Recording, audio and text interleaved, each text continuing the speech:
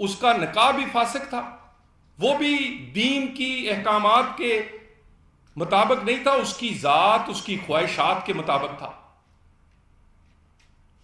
اور اس پہ وہ کوئی بندہ، اب سارے کہتے ہیں جی یہ بڑی ذاتی زندگی ہے، چلے اس کو سائڈ پر رکھ دیں، وہ جو گوگی گجر اور بزدار کی کہانی ہے اس میں تو کل اس پر مہر لگ گئی ہے، اور یہ ہر آنے والے دن کے ساتھ نئے نئے انکشافات۔ گوگی کو تو کوئی 10 روپے ادھار نہیں دیتا، نہ دے، اس کے پیچھے ایک طاقت تھی، طاقت تھی عمران خان کی، طاقت تھی وزارت عظمیٰ کی، طاقت پیچھے بنی گالا کی، لوگ اسے کروڑوں اس کے ساتھ پلاٹ، ہیروں کی انگوٹھیاں اور پرائیویٹ جہاز، ڈالر بچھاتے تھے، کیونکہ اس کے پیچھے طاقت بنی گالا کی، وزارت عظمیٰ کی اور عمران خان کی تھی، نہیں تو گوگی کی تو یہ بات ہی نہیں تھی کہ وہ کسی چہارم کے ملازم کی بھی ٹرانسفر کروا سکتی، جو کہ پنجاب میں کمشنر، ڈی سیز، سی پی او، آر پی او کے تبادلوں کا جس کے ایک پر ہوتے تھے۔ تو یہ، اور اس کے بعد یہ سارے کھیل کے ساتھ، یعنی جن لوگوں کے پاس نہ کردار ہے نہ کارکردگی ہے، ان کا کردار رات مانیکا نے، اور ان کا کردار جو ہے وہ سیتا وائٹ سے لے کے مانیکا تک کون سی ایسی جگہ ہے جہاں پر ان کا کردار نہیں پتا چلا، اور ان کی کارکردگی 0/0۔ جن کی نہ کارکردگی ہے نہ کردار ہے وہ مقابلہ کرنا چاہتے ہمارے ساتھ، نہ ہمارے ساتھ کردار کا مقابلہ ہے نہ کارکردگی کا مقابلہ ہے۔ اور آج بھی یہ جو خدا کی قدرت ہے کہ آج میاں صاحب آج بھی تاریخ بھگتیں گے تو اس کی سامنے والی بلڈنگ میں بھی ایک جج صاحب تاریخ بھگت رہے ہوں گے۔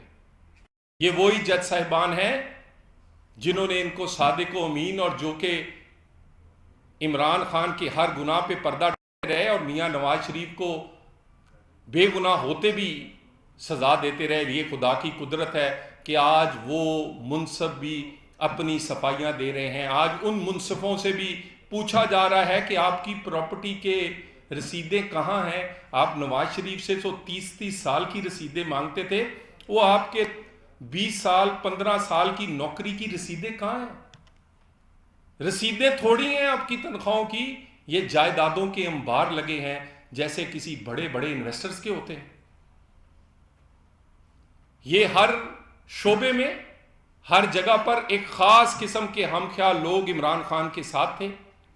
وہ تمام لوگ جیسے جیسے اداروں سے نکلتے جا رہے ہیں، جیسے جیسے ادارے اپنے دائرے میں ان لوگوں پر کنٹرول پاتے جا رہے ہیں، پاکستان میں عمران خان کا کردار اور عمران خان کا وہ جو سہولتیں دی جا رہی تھیں کہ وہ فورن فنڈنگ کرے، سٹے، وہ اس کی بچی کا کیس ہو، سٹے، وہ سائفر ہو، اس پر وہ کہتے ہیں جی میرا سائفر میری مرضی، اس کی گھڑی ہو میرا تحفہ میری مرضی، بی آر ٹی کا کیس ہو، سونامی ٹری کا کیس ہو، دوائیوں کا کیس ہو، رنگ روڈ کا ہو، سٹے پہ سٹے، کوئی کاروائی نہیں، کیونکہ اداروں کے اندر کئی سہولت کار موجود تھے۔ جیسے جیسے سہولت کار اپنے انجام پہنچ رہے، جیسے جیسے سہولت کار کٹہروں میں کھڑے، عمران خان وہ عیب اور وہ جو گناہ ہیں وہ دن بدن اس کی وہ جواب دہی اس کو دینی پڑ رہی ہے۔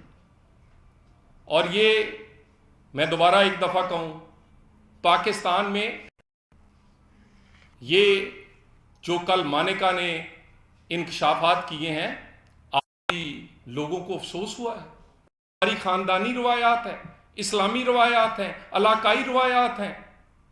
ہمارے ہاں تو جن کے گھروں میں جایا جاتا ہے وہاں نظریں جھکا لی جاتی ہیں،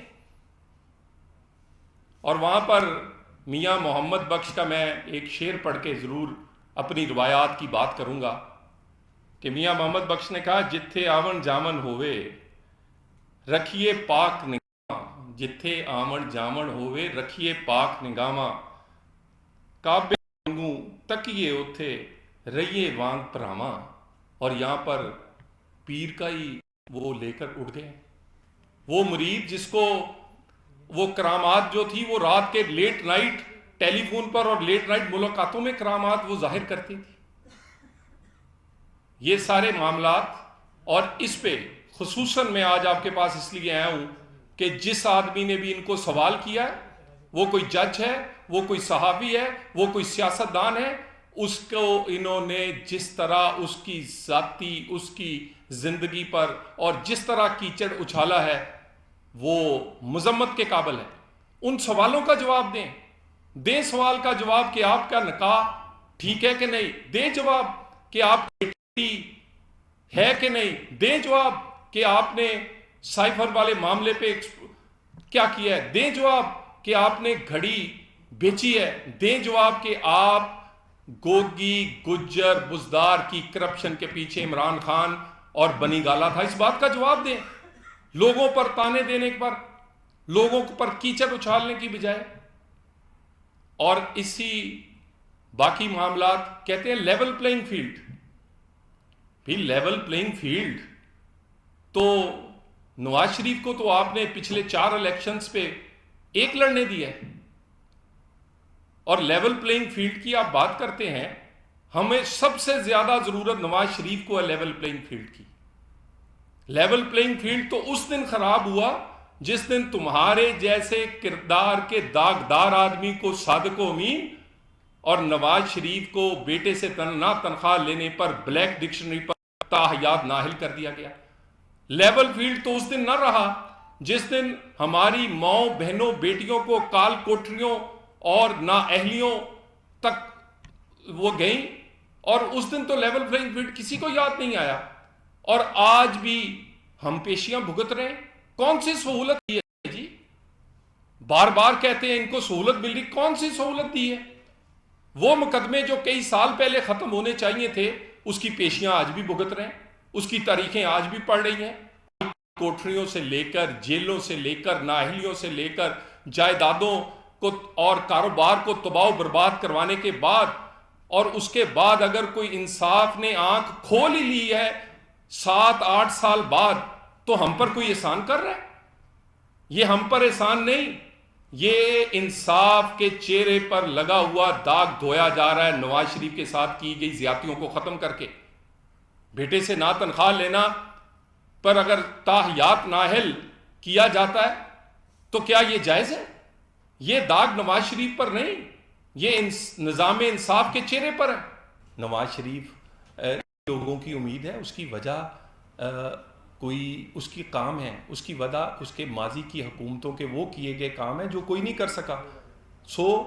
اس وقت بھی کوئی ایسا نہیں، صرف جماعت میں تو کوئی سوچ بھی نہیں سکتا. اس جماعت کا نام ہی PMLN ہے، اور اب تو پورے پاکستان میں لوگ تسلیم کر گئے ہیں. کوئی جلسے میں کرے نہ کرے لیکن دل میں اور دوستوں سے ضرور کہتا ہے کہ نواز شریف کا کوئی مقابلہ نہیں.